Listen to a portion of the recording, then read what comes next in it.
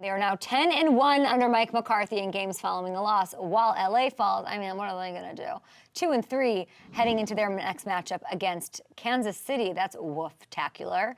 Next weekend, there are a few important sort of developments on both sides that we need to dig into, because while the Cowboys offense certainly wasn't perfect, and they hit some womp-womp lulls against a defense that struggled this year for the most part, I think we saw this thing at least start, and I'm not trying to be Pollyanna. I know I'm wearing my pink poodle fluffy sweater today, and I'm so positive. No, I don't want to make too much of it, but it did evolve a little bit. We should give that some credit and a good look over. First, it was seeing Dak's legs making their way back into the situation. Where have they been? I don't know, but they're in the game plan. At least they were last night at SoFi. His ability to run is part of what's made him so successful throughout his career. And this Texas coast, more like Texas toast, last night offense hadn't really been allowing for that to be part of the vibe, okay? After running just 12 times for 45 yards over the first 5 games combined, Dak had 7 runs last night for 40 yards,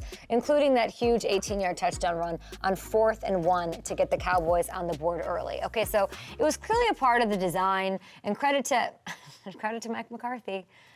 We'll give him some credit here. He adapted, right? He adapted. Dak is at his best when he's a dual threat, and last night was a reminder of that. We also saw, and I loved seeing, because we all know I just love Keenan Allen. I loved seeing Keenan Allen exchange jerseys with our boy CeeDee Lamb after the game, because CeeDee, he was finally given the ball somewhat consistently, okay? He finished with 7 for 117, his highest totals, by the way, since all the way back in week 2. That's weird that that's even a thing. They finally, the good to take from this, they remembered, and this is for Matthew Hamilton out here, who got, no one cares about Brandon Cooks more than Matthew Hamilton, and they somehow, this team remembered him in a big spot, I will say. He came up big on the go-ahead score in the 4th quarter, and Hamilton let our entire show staff know about it. Anybody who's ever worked on the Up and Adam show got a text last night. People don't even work here anymore. They're waking up to alerts from Matthew Hamilton that he got involved in the 4th quarter. Now, again, this offense still isn't clicking the way that we want them to, or in the way that we've seen it in the past with Dak, but there's evolution. There's some progression, and progress gives you some security in life, in NFL action, in all of it. And with the way this defense is playing, it's buying them time to sort of fully figure it out. I'm not burying the Cowboys. I'm with Taylor Lewan.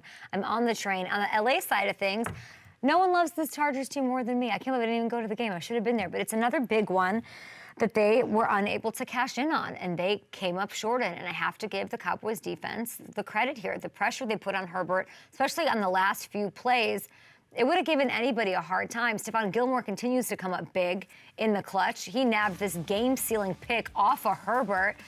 I'm trying to figure out, because I defend Herbert. He was my MVP choice. And then it becomes the rhetoric online, and it's all due and it's all fair to say, a colleague of mine said, give me the big moment that Herbert has. Give me the thing you can stamp and say yeah, but that game, he killed it, and he put the team on his back. So we talk about his toughness. We talk about his raw talent, his ability, all of that.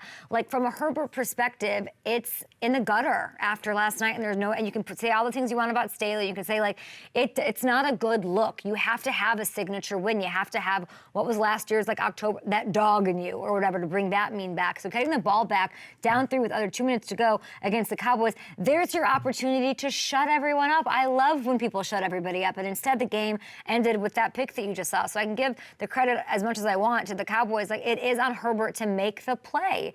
And what's most concerning is that it was the 13th pick he's thrown in a one-score game in the 4th quarter in his career. No one else has more than 8 in that span. I believe in Herbo. He was my MVP choice, but I don't know. And I still think he's one of the best quarterbacks this game's seen. I really do. But he's got to learn how to balance aggressiveness and the ability, the talent, the playmaking, with learning how to protect the ball in key spots. I've said this about Josh Allen a lot as well. I'm not going to use any of the other loaded phrases being thrown out about him in regards to what he is in clutch situations or blah, blah, blah.